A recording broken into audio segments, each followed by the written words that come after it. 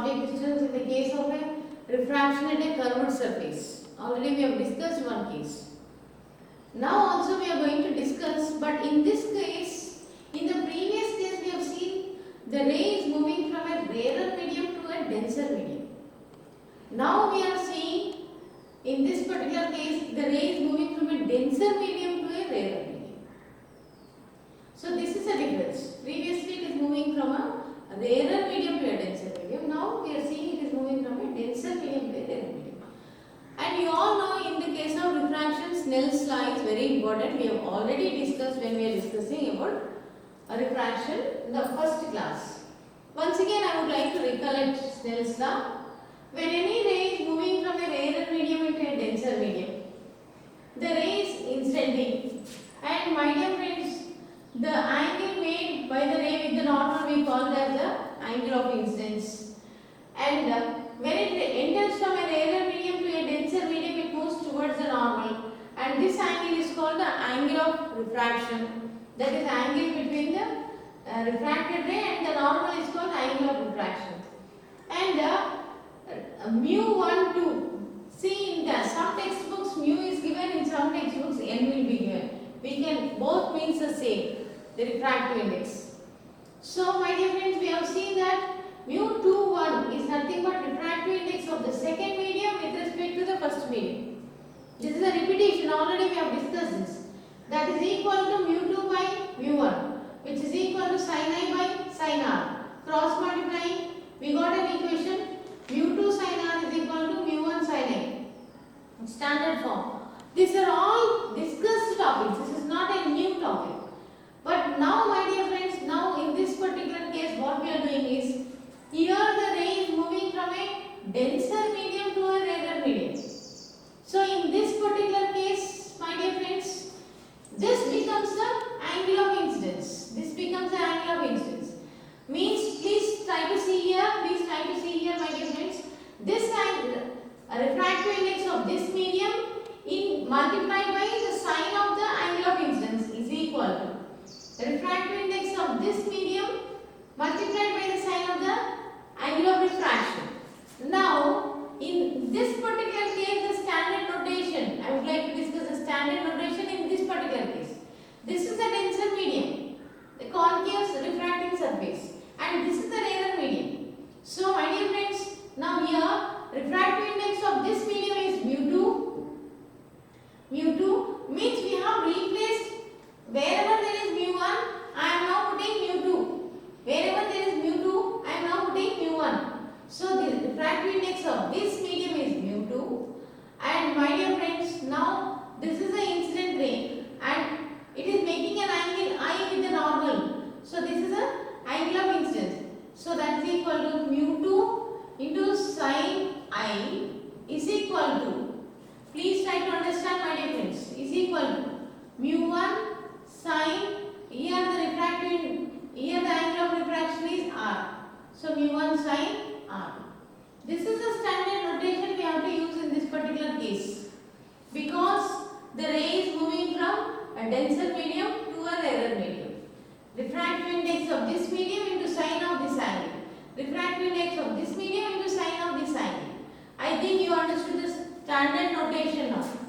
So now my dear friends, whether we use mu or whether we use n, both means the same. Both are the same. In some textbooks, he uses the alphabet n. In some textbooks, he uses the alphabet mu. Both means the same. There is no confusion. Now let us bring the relation between the different right. Now, my dear friends, this is the object here. This is the incident ray. After when it is moving from a denser medium to a rarer medium, it moves away from the normal. If this ray is produced back, it is meeting the principal axis at this point I where the image is formed, and this is the normal, this is the center of curvature of this particular surface. My dear friends, this is the center of curvature, and alpha is the angle made by the principal axis with this particular incident ray.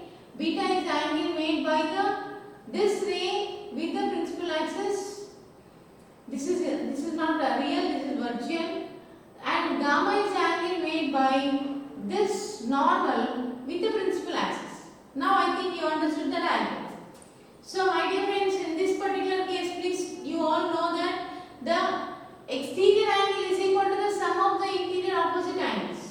Means in this case, angle I is equal to sum of the interior angles, means gamma plus alpha. That is 1. Next, angle R is from this triangle. Let us give a name to this triangle A. This is the pole P, and you are dropping the perpendicular M.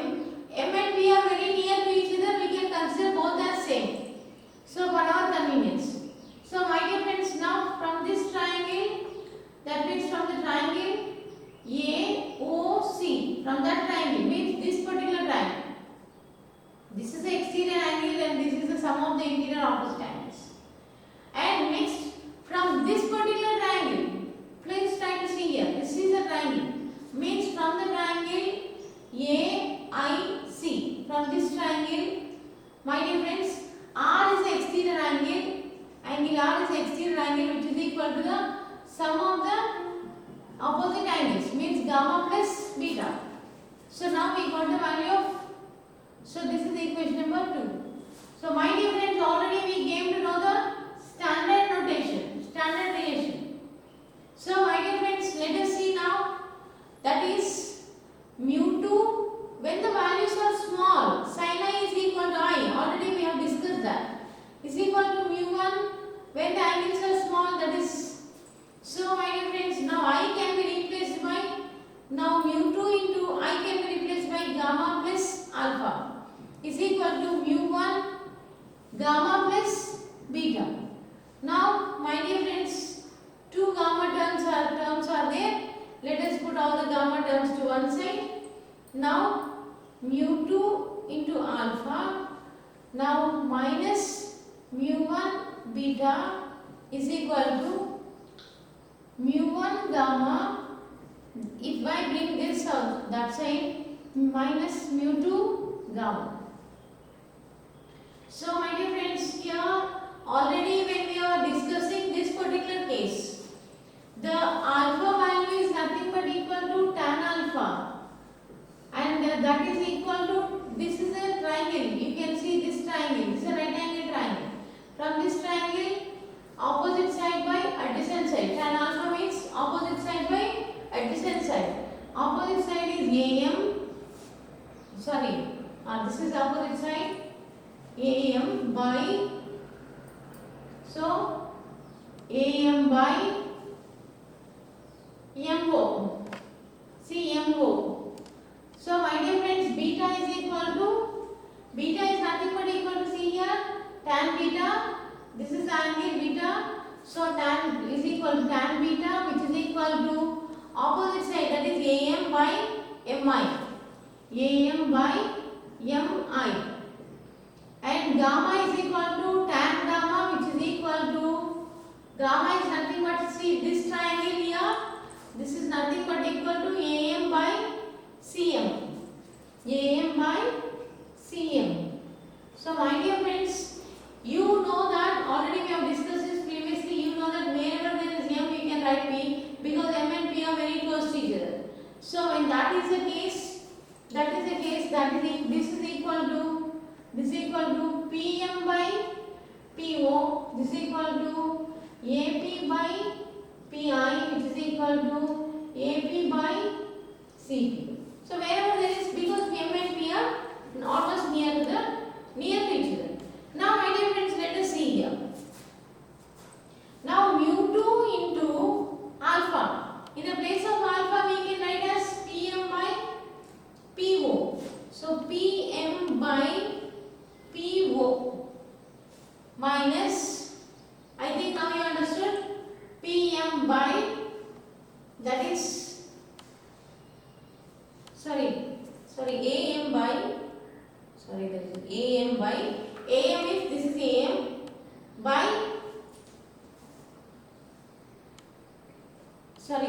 this is AP,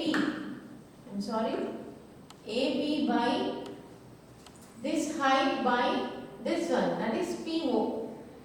Okay, so minus mu1 into beta. Beta is nothing but opposite by means AP by this one PI